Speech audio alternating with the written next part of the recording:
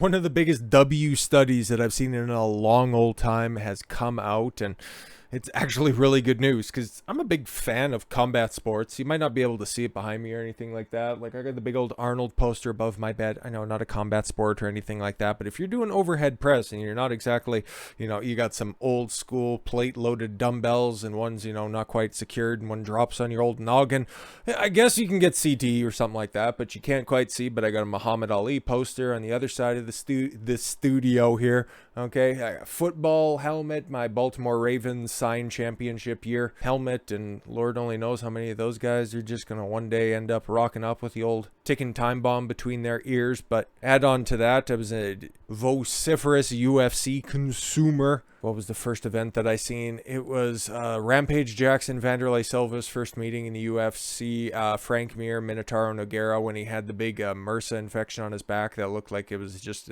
a budding xenophile, or not xenophile, a xenomorph trying to pop out of his back as opposed to his chest. From about then until Jose Aldo got one punch knocked out by Conor McGregor, I was a huge fan. Okay, I very rarely, if ever, missed an event during that time.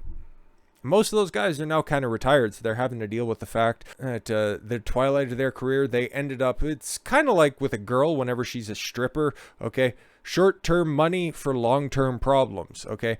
But luckily for the guys that are out there, and I know that there's some UFC girls that are out there, but let's be honest, does anybody watch the WNBA? So that's kind of the equivalent. This is more talk for the main channel, but sometimes it's fun to be fun now, isn't it? But now they're finding out something that we kind of also, again, like, I'm just kind of a passing professional wrestling fan as well. And like, I wasn't there for the big ascent of Bryan Danielson, but you know what? Hey, he was big enough where he started to kind of break through to the mainstream, but his brain issues led to a retirement, and then he unretired because his brain got healthy. It's like, well, how do you do that? If your brain's just kind of goofed, it's goofed, right? Well, brain injury can be reversed. Boxers and MMA fighters may secure their cognitive skills, or may see, sorry, their cognitive skills and brain structure recover after they hang up their gloves, a study finds. All right, that's actually really good, because how many of those professional wrestlers end up dying young? Some of them because, well, they've been taking jabs for decades, so let's just go ahead and put that out there to begin with. But a lot of them, there's one father who ended up loving his family a little bit too much and giving them hugs a little bit too tightly. If you know who I mean, you know who I mean. And if you don't, I don't need to elaborate on that joke. It's a joke, folks. I'm not condoning it. But he, prior to turning 40, had the brain of an 80-year-old walking around. So we can figure a way to reverse brain trauma, okay? Football might actually become fun again. Brain damage suffered by athletes who take part in combat sports that subject them to repeated head trauma. And also, looking at you, football as well, the exact same thing. Little micro concussions that happen on every single play. If that can be helped with that, just like King Charles, I'm all ears. Researchers at the Cleveland Clinic found that retired fighters tested better on verbal memory, executive functioning, and motor speed 2 years after ending their careers. Their brain thickened as well, specifically in areas of control, emotion, memory, and executive functions. How long was I think Bryan Danielson, he was retired for just about 2 years, and sure, he went through a lot of reoxygenation process. I don't know his entire story of that, but there's some stuff that can be done in order to, I'm pretty sure it was reoxygenate the brain. So you add that on top of this stuff, and yeah, you make dudes just sit out for a minute and their brains get better. Sweet. Findings have wide-reaching impacts for not only athletes, but anyone who has suffered injury caused by repeated head trauma. Shows that conditions like chronic traumatic encephalopathy, CTE, can be slowed and potentially even reversed before they develop into more significant issues. That's why the testing is very important. So if somebody starts to develop CTE, you just chill out for a second, bro, and just let your brain do some repairing instead of just, being inconvenienced for a minute. You don't have to spend your 50s and 60s drooling into a bag. An estimated 6% of Americans are suffering with some form of CTE. Many are totally unaware, as it is only usually associated with professional athletes, even though repeated trauma from a person's adolescence could be enough to develop it. Yeah, and again, being from northern Alberta, there's a whole heck of a lot of hockey players that go around here, and then once contact gets introduced, young kids on skates at high speeds, just seeing an open target, they want to flatline them. Yeah, give them the opportunity. They're going to be taking it. So there's a lot of precarious skulls meandering about the place. Just saying. Repetitive hits to the head increase the risk of long-term neurological conditions like chronic traumatic encephalopathy, CTE, there we go, cognitive and behavioral problems, and Parkinsonisms. Somebody's making up words. Dr. Aaron Ritter, I'm looking at you, a cognitive disease expert at the Cleveland Clinic, said in a statement. However, we haven't known what happens to people who have been fighting and then they stop fighting. The good news is we saw some improvements in thinking and memory scores in these retired fighters. Cool. Researchers who published their findings on Wednesday in Neurology gathered data from 90 boxers, mixed martial artists, and martial artists. Half of the sample group have not competed in 2 years, serving as retirees in the study. The other half were active fighters. Each fighter was matched in one of the other group who had a similar age, race, educational background, and career fights taken during their career. Interesting. Over the course of 3 years, all 90 participants regularly completed cognitive tests to determine how well their brain was functioning and at what rate they're improving or deteriorating. Retired fighters showed improvements on their cognitive scores over the period, implying that the brain was recovering in some ways from previous injuries. They also had better memory, reaction times, and mental processing speed by the end of the study when compared to the start.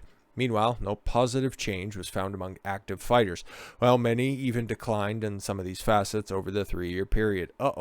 Researchers also gathered levels of a neurofilament light chain, a blood biomarker that is known to be able to predict future cognitive decline. Retired fighters had decreased levels by the end of the study, implying that their future risk of cognitive decline was actually decreasing. Sweet.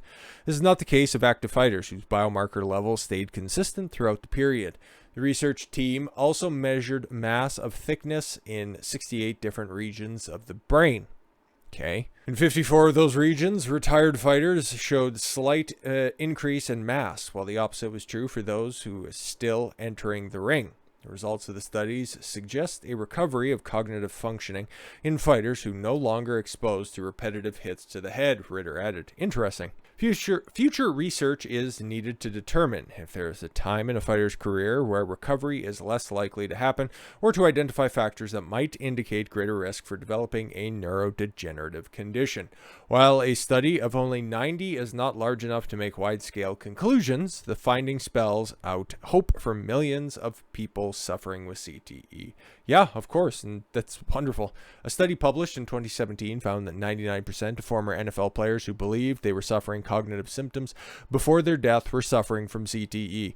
Well, there's also a multi-factored analysis that needs to be applied to former NFL players who, again, experience the phenomenon known as too much, too young, too fast. Okay, people who just dedicate a vast majority, if not all of their entire life in order to peak by getting drafted into the NFL, and then you take a look at the average NFL career is only 3 years long, so you have all of that trauma leading up to that because there's no way to properly play football without engaging in full-on contact right from the get-go.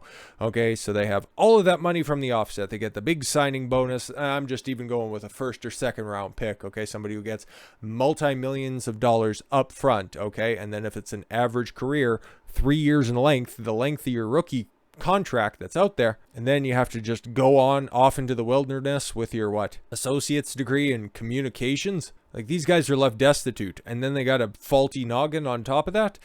Then you can see what the problems are on top of that. So those are the things that the NFL union should be talking about, but instead, no, they're just wondering, what's the name we should put on outside of Heinz Field?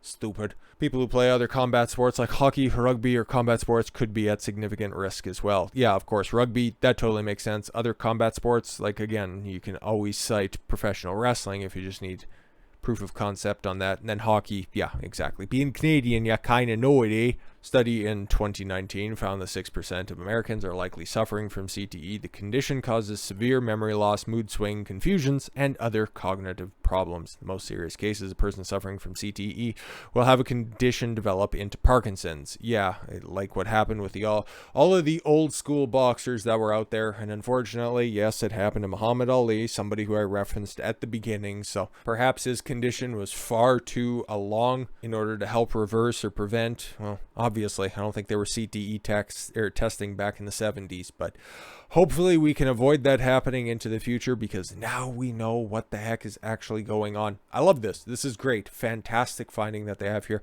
and an actual white pill for the future. So with all that said, thank you all very much for the gift of your time. I've been Don Consuelo. I want you to follow your gut and get after it. Take care, everyone.